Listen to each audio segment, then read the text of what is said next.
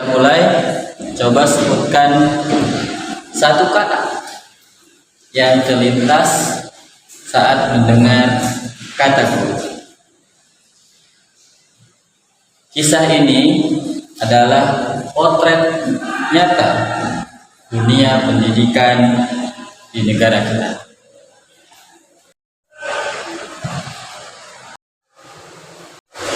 Gaji habis udah kontrakan, bisa segini, besok harus ngajar. Mana bagi musuh banget tuh gini. Apa deh, yang penting mah manfaat buat anak. Teman-teman, banyak guru yang berangkat mengajar bukan dengan kepastian, tapi dengan keikhlasan. Guru dihormati karena ilmunya, tapi sekarang sering diukur dari statusnya, dia punya mobil, dia punya apa.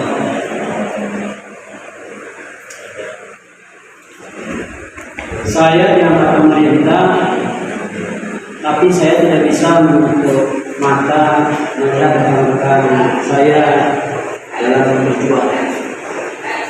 Saya mau nggak kaya, saya cuma pengen banyak aja sih sebenarnya, doang harapan saya.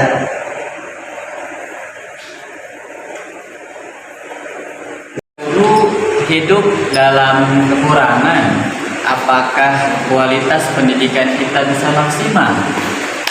Udah paham? Apa ada yang mau ditanyakan? Siapa? Ya, Badri silakan. Kenapa sekolah kita belum memiliki fasilitas papan tulis sini, Pak? Kalau ditanya kenapa, saya juga tidak tahu ya Pak. Sabar aja ya. Sedangkan sekolah lain sudah memilikinya.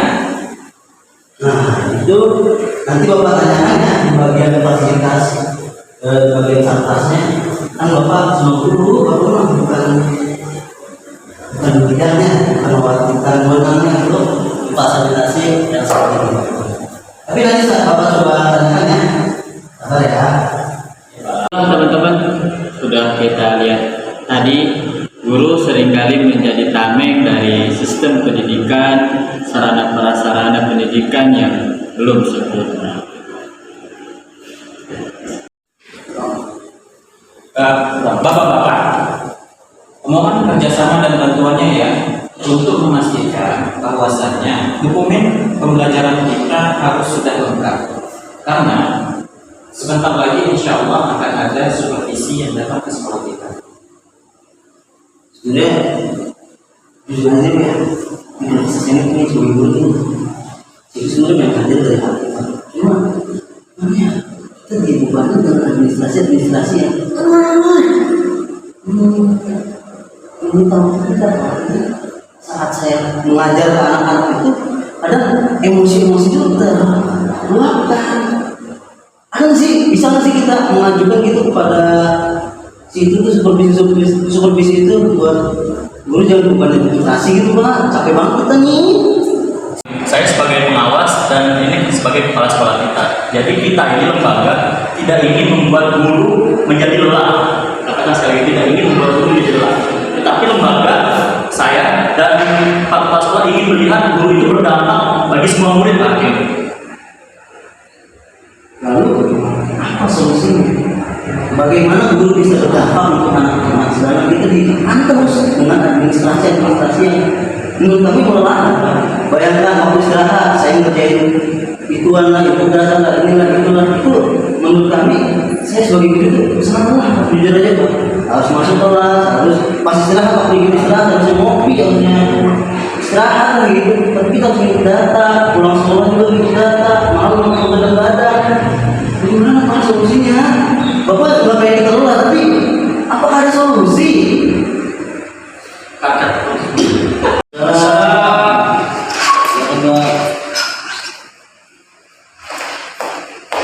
Ini Pak, saya lupa.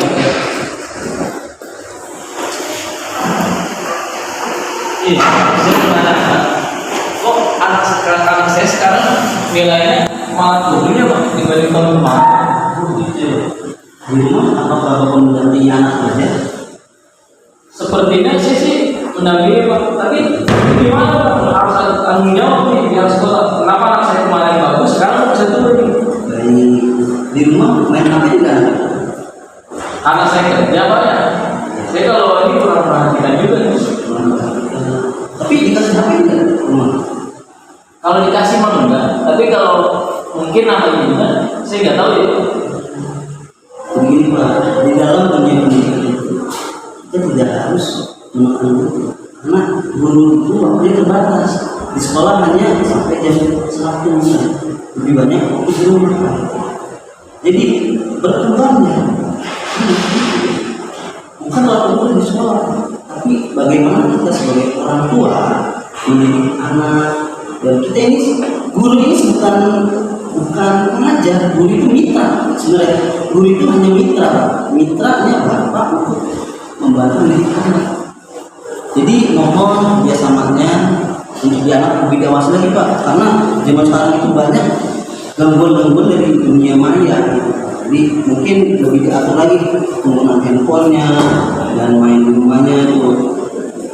Dan juga yang paling berdampak itu adalah bapak sendiri sebagai kepala keluarga untuk menemani anaknya belajar. Nggak usah ngajarin Pak, anak mau temannya senang banget, benar kan? Gitu Pak. Jadi dan kami pun sebagai guru akan lebih meningkatkan kualitas kami dalam belajar. Sebelumnya mohon maaf juga ya. Itu dari mana Pak? Gimana nih Pak? Benar, bayar mahal emang. Tapi Pak, listrik, AC, kipas, kan sebagai fasilitas Pak. Itu bukan semuanya untuk gaji guru Pak. SPP yang Bapak keluarkan itu untuk seluruhnya, untuk operasional sekolah, untuk perawatan, untuk gaji karyawan yang lain, bukan hanya guru doang. Jadi Bapak jangan terlalu untuk guru Pak. Dan kami pun bukannya nggak mampu menerima dari Bapak, tapi kami sebagai seorang guru juga punya anak di rumah Pak. Iya kan? Dan alhamdulillah aktivitas pendidikan juga adalah merupakan kerjasama ya Pak ya. Kemudian bukan hanya tugas guru. Jadi tadi sebagaimana yang disampaikan oleh beliau tadi, kita sama-sama Pak. Jadi tidak etis kalau kita sebagai masing-masing masalah Bapak yang mungkin masalah kita juga. Lebih baik kita pikirkan depannya daripada kita sama soal mulut ya. Di sini tidak ada yang bisa. Gimana Pak? Baik Pak. Mudah-mudahan dapat pencerahan seperti ini kita saling menerima. Mudah-mudahan hasilnya nanti mudah-mudahan bisa lebih dari ini. Terima kasih. Sampai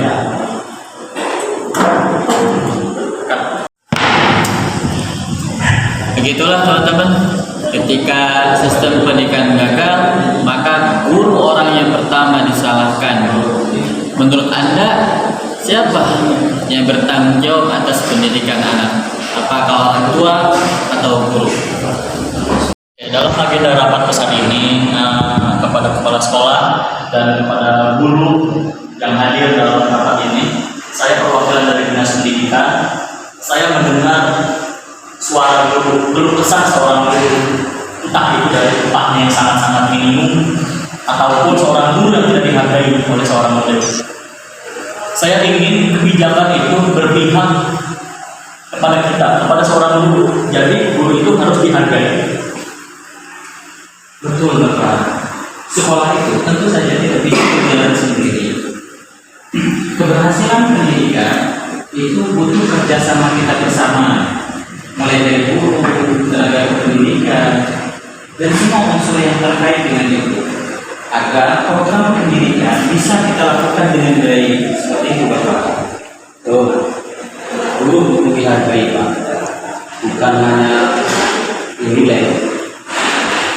Sangat sepakat sekali Pak. Dan kenapa? Ya ini sekaligus masukan. Ya karena ada masalah internal yang selalu kita rasakan di teman-teman guru yang ada.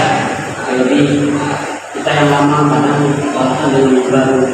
Terus lagi ada kesenjangan yang lainnya. Contohnya tadi adalah ketika seolah-olah guru tersebut dekat dengan bapak, misalnya ya kita agak sedikit pada daerah misalnya, itu seolah bapak itu memberikan hal yang mudah baginya tapi tidak mudah bagi kami gitu ya.